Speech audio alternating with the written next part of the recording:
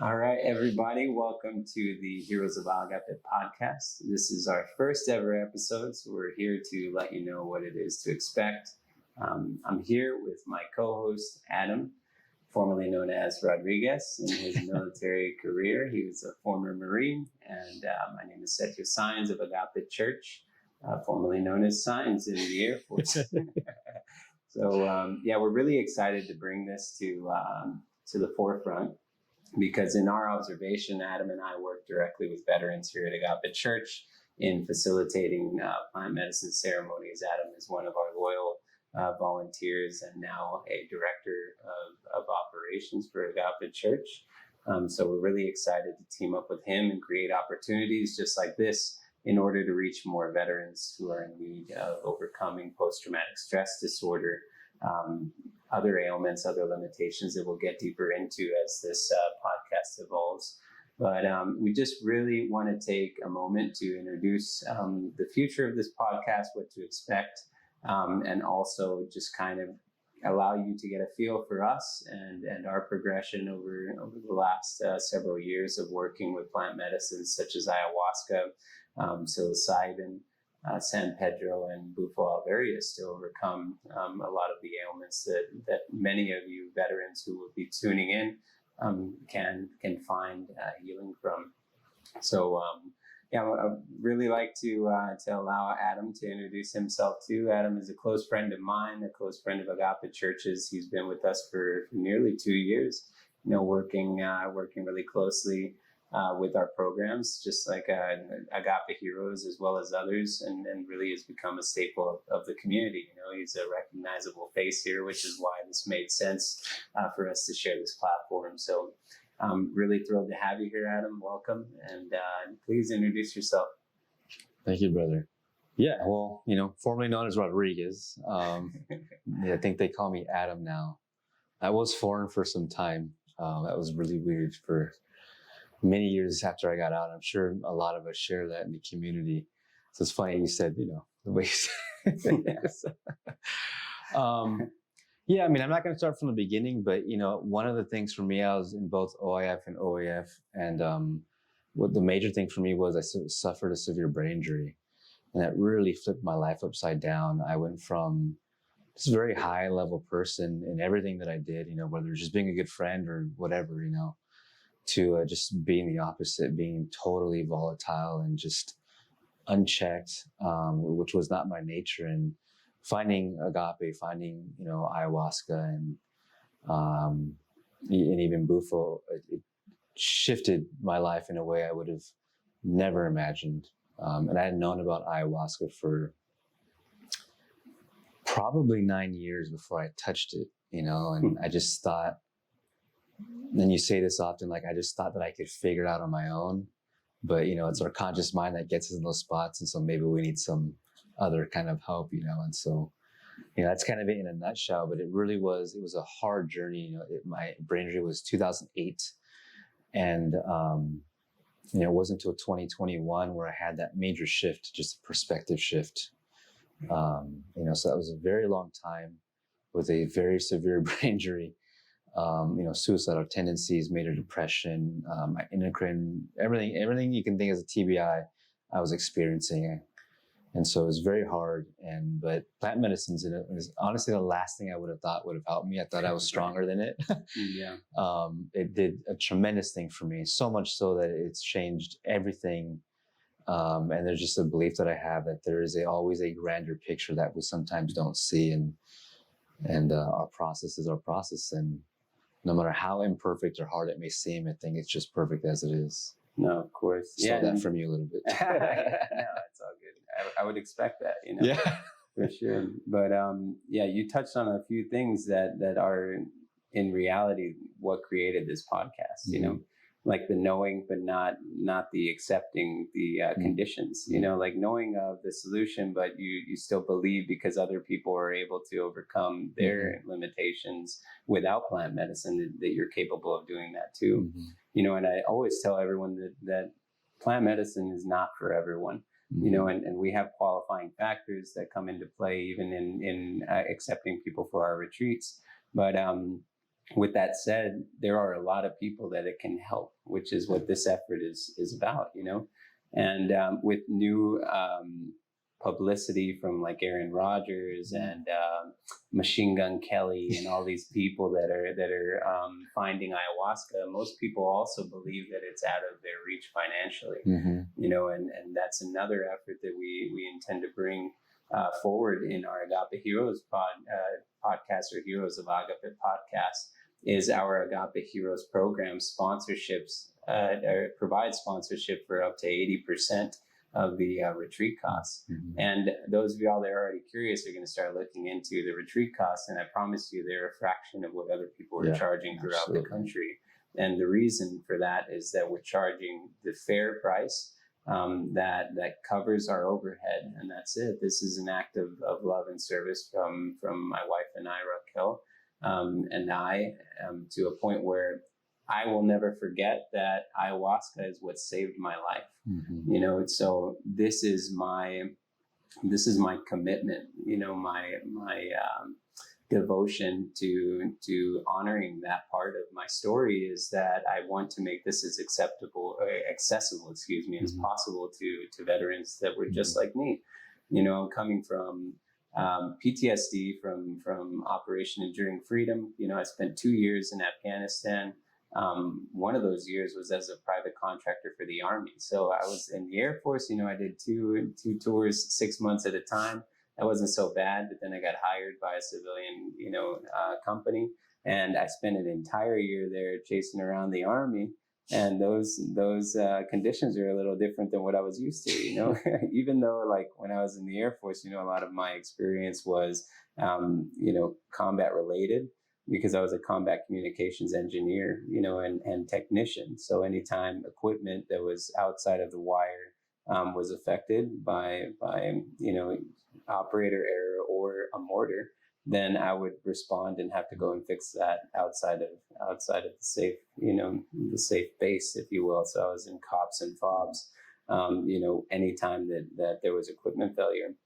So that exposure, for one, and most people know what most people know about the Air Force is that we're not combat ready like the rest of the branches are in most cases, and I can't speak for all of them. We have some really high speed airmen, and we'll have some of them on the podcast too, for sure.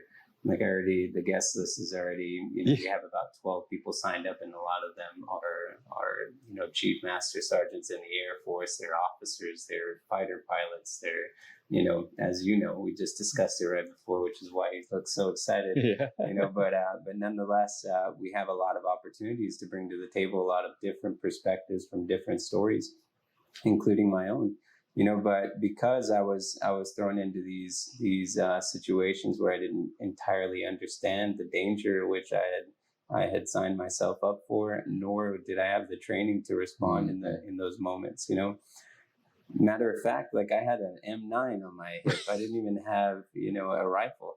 Like I was walking around with a pistol because I was an asset, like I was a technician, so if it got down to having to use my M9, we were in some serious trouble, so not losing sight of that. Like it was in my discovery process of one, accepting that was an issue for me, like you hear about Marines like you that go, even further into the exposure to battle than I ever did. And for me, what convinced me that there was nothing wrong with me was the situation, but it absolutely had a direct impact on my normal life. So how could I not accept that this thing was in my way? It was just kind of like, I didn't accept it for myself because I thought it was only happening to me, number one. And then also that what happened to me wasn't as serious as what happened to somebody else, but their life is now what is affecting my life in most cases, so if what I really want to bring into awareness is the reality of the battle that we're losing inside of our heads. Internal battle that we're losing, that is causing us so much strife and so much hardship. If we can just own the fact that we were exposed to war at whatever degree, even basic training was traumatic, dude. that is built into the system. Like they are there to break you down from your original self into a self that takes orders, like and will respond. So that in itself is trauma. The act of signing your life away is trauma, and oftentimes that's what people are working through when they come to these plant medicine ceremonies. Another thing that we'll be discussing in the podcast is the expectation of reliving all of these traumas, and for some people they're that deep, where they have to face those types of things in their plant medicine ceremony. But a majority of the people do not. A majority of the people don't ever have to relive those traumatic experiences. And just briefly, because the next few episodes are going to be our actual deep dive introductions of myself and Adam, and we'll both just kind of interview each other to expose, the very specific topic of testimonials around veterans who are recovering with plant medicines. But I would be curious, just like what you would like to share as far as like a brief insight to what to expect from your story, like so that we can have these people tune back in, not only from hearing my side of things, but I'd love for you just to kind of share what that perspective looks like through your lens. Yeah. I think we all connect through a underdog story, or through suffering or pain, either one. But actually what I'll start with is how good my life actually was before the brain injury. Like at 12, 13, I trained, through a divorce that was not by my doing, at least I don't think, is relatively, emotionally volatile, but I met my stepdad, and through that, I began learning tactical firearms and mixed martial arts. And this is back in 98, 99. So I'm 12, 13 years old, and he was training, not training with, but training Navy SEALs and special forces, special operations, SWAT, police. And so that's the exposure that I had very young. And so at a very, going to the Marine Corps during wartime, and that's why I don't really bring up PTSD, because like I was so prepared by him for like some of the worst things that, like, I'm not saying I didn't experience any level PTSD, because like it's a loss, like, there's there, but I never really looked at that as my major issue because I was so prepared mentally for it. I was an MMA fighter in the Marine Corps, and I was second in Western region, training every other month, and in the Marine Corps training every other month to fight. And I didn't go to a fight team because the local gym was an a-hole, and I was like, I'll just make my own team. And I still got second, right? It's like I did all these good things, but then brain injury happened, and all of that went away. Right. It was, a lot of times people do things where they're like, hey, like this isn't working for me. I need to change something. For me, it was ripped out from underneath me. Everything was just ripped away from me. And so as you can imagine, not just with a severe, also rare brain injury, which I'll get into what the rarity is maybe next time. It's a super rare brain injury that actually gets worse over time. But I mean, everything was screwed up, from my hormones to migraines, waking up literally every 30 to 45 minutes, every single night, throughout the night for a decade. I mean, I was ripped apart in every way. I had 2 to 3 hours of function a day. I mean, I can go deeper, but it went from like everything kind of being gold to everything burning down. And it was like just learning how to just be like a baby again is what it felt like. Like I went from being like almost, again, like being, a high level martial artist at a young age and being a fighter, firearms, like almost felt stoic. I didn't know what stoicism was back then, but I almost felt that way in my life. Right. I wasn't perfect, not saying that, but I was very compartmentalized and manageable, where like post TBI, it was just like nothing could be kept inside, just into the world. Everything made me mad. The way you drove was wrong because I was better or right, or like I'm a veteran and I'm screwed because I'm a vet. Like everything just flipped. I can't explain more than just my life 180'd in the wrong direction. And, so it's a little bit of a taste of, how my life was actually really well to it went really horrible. Right, of course. Back to, now really well, but it was a journey. Yeah, and what an interesting, shift for you, like, because it's not the traditional way of which like a person finds themselves limited from their military experience, so it is a unique perspective, and it doesn't lack any adventure either, because I'm privileged in knowing, a majority of your story. So really excited to dive even further into that. I know y'all have seen us on other podcasts. We had the Ascendance podcast that we essentially hijacked and made the Heroes of Agape, because we just felt that relationship and working hand in hand for the same heartfelt project seems to be a little more authentic to what we're doing. But those of you that are already aware, that's kind of why we jive so well, is that in the understanding that there are so many different variables to the veterans, especially the ones that have come and joined us here at our program. It's always out of left field, like what they experience, what their experience is with plant medicines. Really just a full spectrum of a human being is usually what we receive, so most people have this idea of who is coming to these plant medicines, and they're absolutely wrong. That's our community especially is so diverse in that way. We have, for one, just to touch a little bit on Agape is an omnistic spiritual community. So we invite all religions to commune together, pray to their own God, in the way that they want to pray, so long as it does not interfere with other people's belief systems. So we close the opportunity to draw attention to your form of prayer, so that it doesn't disrupt everyone else's active prayer. And I'm certain that other gods don't have an issue with you praying in the way that you need to pray. So for us, it's a very liberating experience, and then we have our integration circles are just magic because of it, because there's so much perspective, so much diversity, so many different stories that are being shared in conjunction, or outside of your belief system. It's the level playing field for humanity to really express itself. We're all there for spiritual purposes, but what is more spiritual than a human experience? That is the animation of your spirit. Your humanity is the animation of or the spiritual expression of your spirit body. So without it, what happens? You stop moving and they put you in the ground. That's the end of that. So just a little food for thought. But another thing that I'd really like to just introduce as an expectation of this podcast is the difference of Agape Heroes as compared to other programs that are available throughout the United States and in other countries.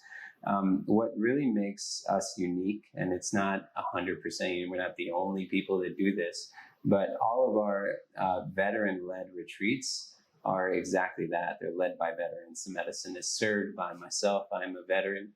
And I've had the privilege of working with veterans for the last 4 years in overcoming PTSD through integration practices in several different communities across the United States of America. So I'm a certified psychedelic integration guide.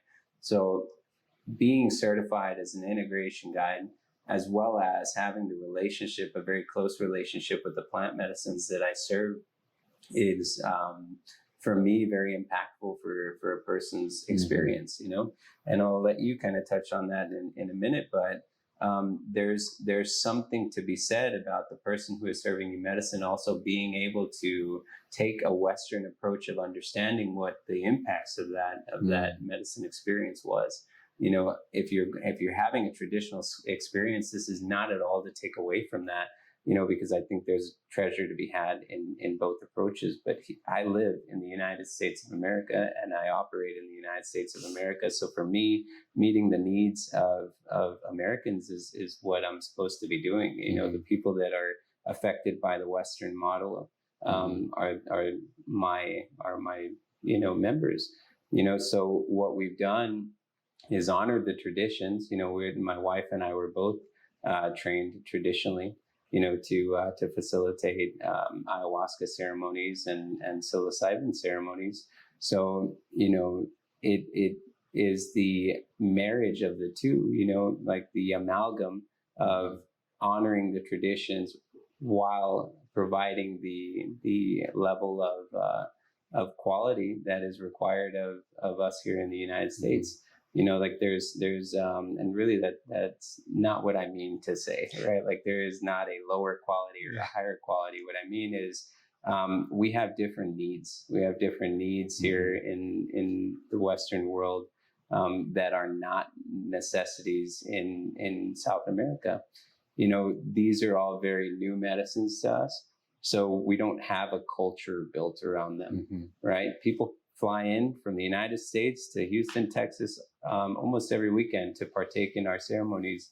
And when they go home, they don't have a tribe to go back to, like we create those atmospheres through our Zoom calls and things like that so that people can stay in touch. But that's not the same as in South America. Your shaman lives 3 huts down, and y'all are going to see each other. Y'all are going to go and collect plants together. And, that is a culture built around plant medicine, and if you ever have the opportunity to go down and understand that culture more fully, then I would encourage you to do that. But for most people, that is inaccessible. So that's why we've created the opportunity for people to experience these entheogenic experiences with ancestral plant medicines, so that here in the United States, so that they can still understand spirituality beyond the human experience, without having to go into South America. So yeah, there's a little bit of an advantage in my mind for that. We have a beautiful retreat center here just north of Houston. It's 25 acres. We can sleep. Everybody has a bed, and that's part of the retreat cost. It's not an upsell. Everybody can come. We can sleep up to 100 people here. But another thing that we do, to talk about our ceremonies as a whole, we have a limitation of 25 people because we have intimate conversations with all the people who attend our ceremonies to ensure that there is a sustainable approach to working with these plant medicines.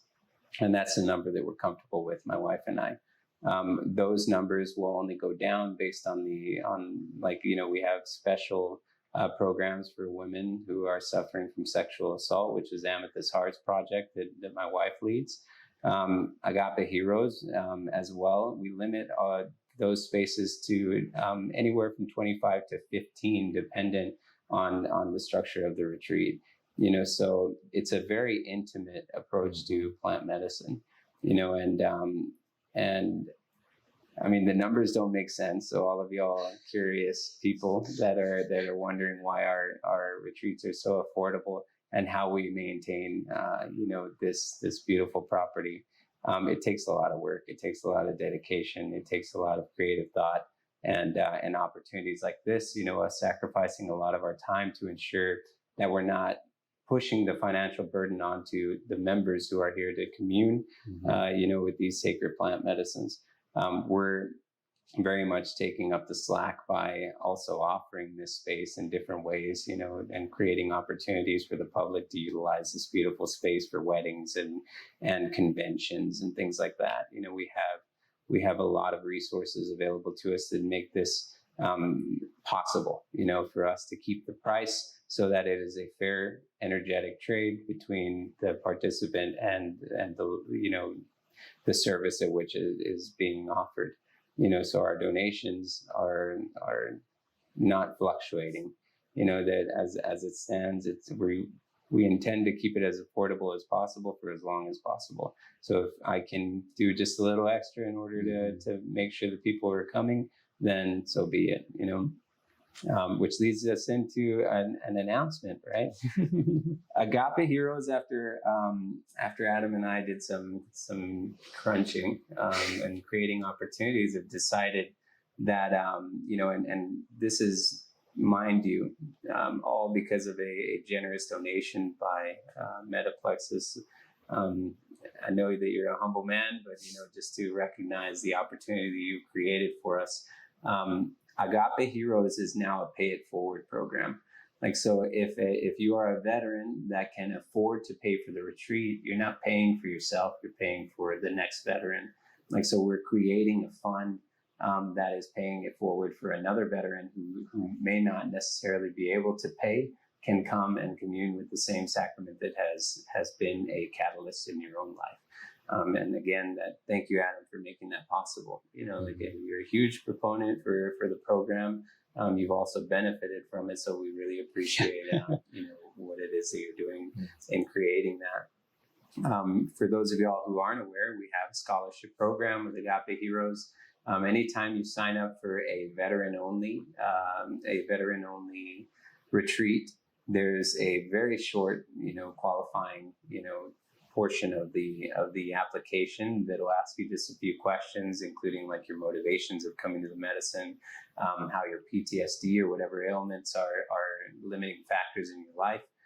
Those are evaluated by a few people, including Adam and I, and we essentially come to terms of what a reasonable discount is from the rate.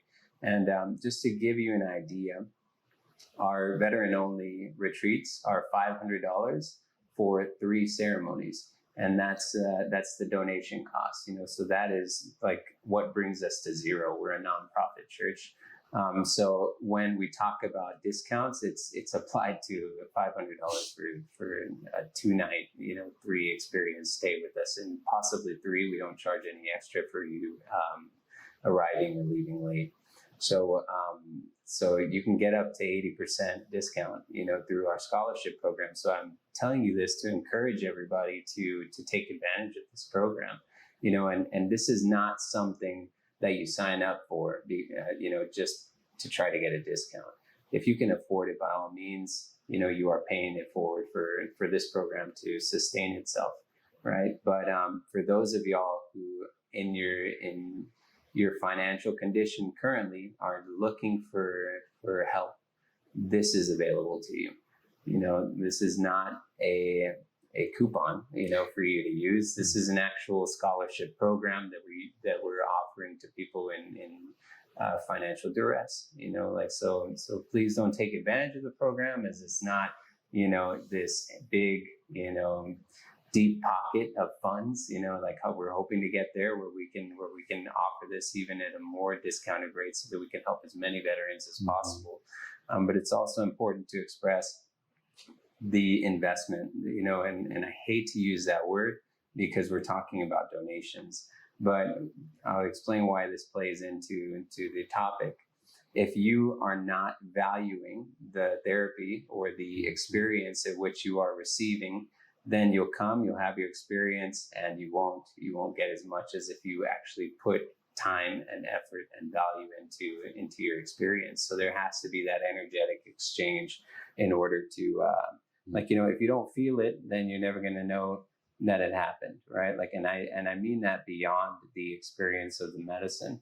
If it took you, 20 hours of working in your normal job to be able to afford this type of experience, then that is what I mean by you feeling it in your entirety, like in the scale of your life. That energy exchange is what makes this more sustainable.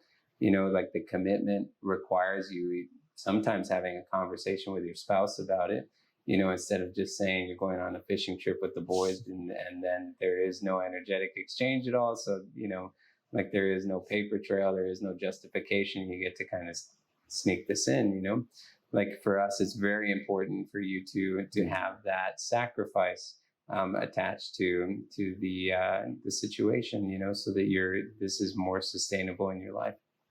So we're trying to make that as little as possible, really 80, if you're getting an 80% discount of $500, that is significantly less than what you would pay for a 2-night stay at a hotel.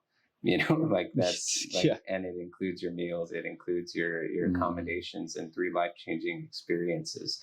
So we believe that this is a very fair opportunity for veterans to grow and overcome their ailments. We're also looking at other opportunities to make this even more benefit to veterans in coupling with other organizations too. So if anyone's listening out there that has an organization that feels they're aligned with this movement, then feel free to reach out to either Agape Heroes, myself, or Adam, in order to get more information.